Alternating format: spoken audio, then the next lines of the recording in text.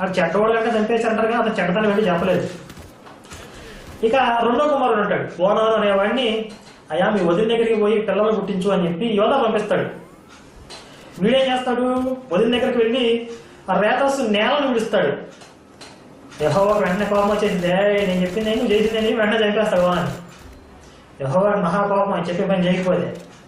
చూసారా ఎంత చక్కటి కథలు ఉన్నాయి, నీతి కథలు, నీతి చంద్రికలు ఇవన్నీ బైబిల్లో. ఆ తర్వాత మొన్న దావీదు గురించి మనం చెప్పుకున్నాం, దావీదు భార్యల గురించి, ఒకటి భార్య ఒకటి దగ్గర, ఇవన్నీ తెలిసినాయి కదా.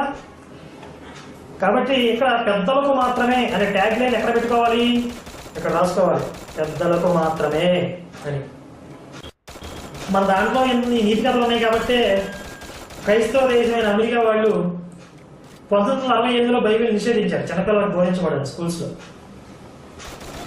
ఇది అందరికీ తెలిసిందే, క్రైస్తవ దేశం అది పైగా.